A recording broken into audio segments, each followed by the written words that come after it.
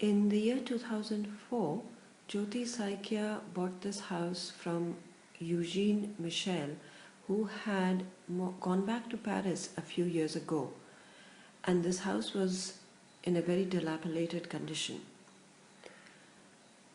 By the year 2007, when she had a reasonable amount of funds to start the restoration work, she worked with Intac, specifically with Ajit, because we were very inspired by the work that he has been doing in Pondicherry. And in 2007, the restoration work of Gratitude began. We talked to Jyoti about why she took on such an ambitious project, and this is what she had to say. Pondicherry has a really unique cultural heritage. The mix of French colonial with Tamil is quite unusual, and this uniqueness needs to be preserved to keep Pondicherry special, to make it unique. What we discovered as we restored this house were really many interesting aspects. The first, just architecturally speaking, when a group of people leave their country to live somewhere else, they bring with them their own culture, their way of living, and their houses express that. But they're using local artisans. And local artisans slip in their own individuality into the structure and into the construction. And you will see here mixes of Tamil and French colonial. But they both blend together so well and so harmoniously, and that is what makes it unique. It's not entirely French, just transported from some part of France and plonked here. It has that blend, that uniqueness that the Tamils brought to this architecture. We found that very interesting and wanted to preserve that as we started the restoration. We lived here while the restoration was going on, so we experienced every little bit. We saw things that were not working. We made changes along the way. The most important factor for us was, how do we create something that is so harmonious that it will look like it's always been here? And I think that is what we have seen happen here at Gratitude.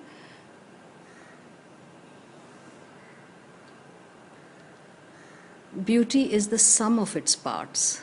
It is not one element that supersedes, it's not one element that overwhelms. And this is far more difficult to achieve than you would think, because there is a tendency to look at certain aspects and want to highlight it.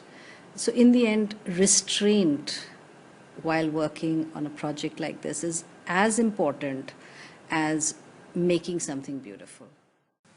When we started with the restoration of Gratitude, the first work that we had to do was to scrape every surface, wall surface, to see what was underneath, because there were many layers that had been applied in successive years, and it took us nearly 7 months to just scrape the surfaces. And then we had to remove all unnecessary bits and pieces which had come up over the years. Again, it was interesting to see what was below that surface. Through the monsoon, we observed where the leakages were happening from, and then we had to cut away a cross section of the terrace to understand the repairs that it would require. Existing doors and windows were blowtorched just to burn away the top surface of several years of paint, and it revealed a beautiful solid pieces of wood underneath that. Most of the doors and windows were thus remodeled. The windows posed a challenge, as we had to keep the mosquitoes out, allow the light to come in, provide adequate amount of ventilation, and yet keep the cooling inside. The thickness of the walls gave us the scope to create very innovative windows which could actually provide us with all of that. The next few visuals will quickly take you through the entire process that we went through over a 3-year period.